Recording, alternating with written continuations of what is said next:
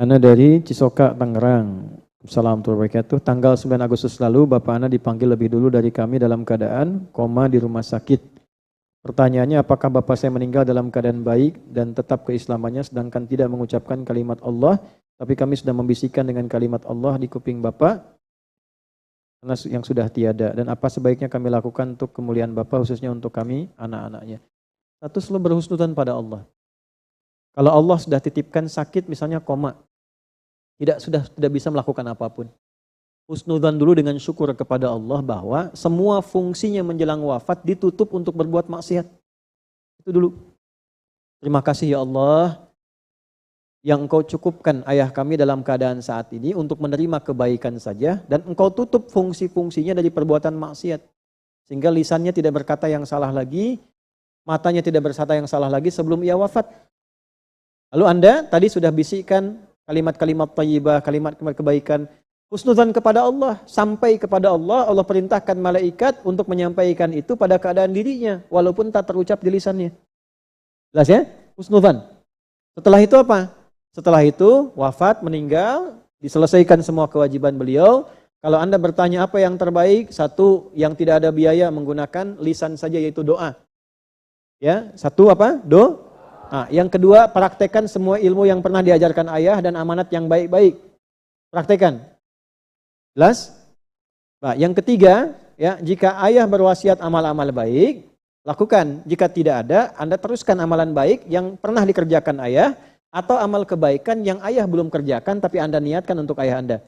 Tiga-tiganya terkumpul dalam satu hadis, 9 lafaz di hadis Muslim. Idza mata al-insanu. Idza mata al-insanu. Riwayat kedua, idza matal abdu. Kemudian diterjemahkan dalam tafsir hadisnya idza mata ibnu Adam. Ini yang populer tafsir hadisnya. Redaksinya idza matal insan, idza matal abdu. Jika manusia yang sibuk itu wafat, meninggal, in qata'a sa'iru amali, maka semua amalnya selesai. Semua pahalanya pun selesai. Illa min thalathatin, kecuali 3 hal saja yang pahalanya masih mengalir. Satu apa? Waladin solihin yad'u, anak soleh yang mendoakannya. Maka jadilah anak-anak yang soleh, jangan putus doa. Setiap selesai sholat minimal berdoa. 2, sedekatin ya, amal baik yang mengalir pahalanya.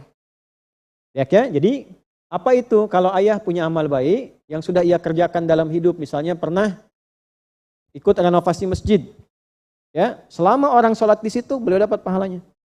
Nah, ini yang saya maksudkan. Kalau tidak ada yang ditemukan amal begitu, Anda niatkan.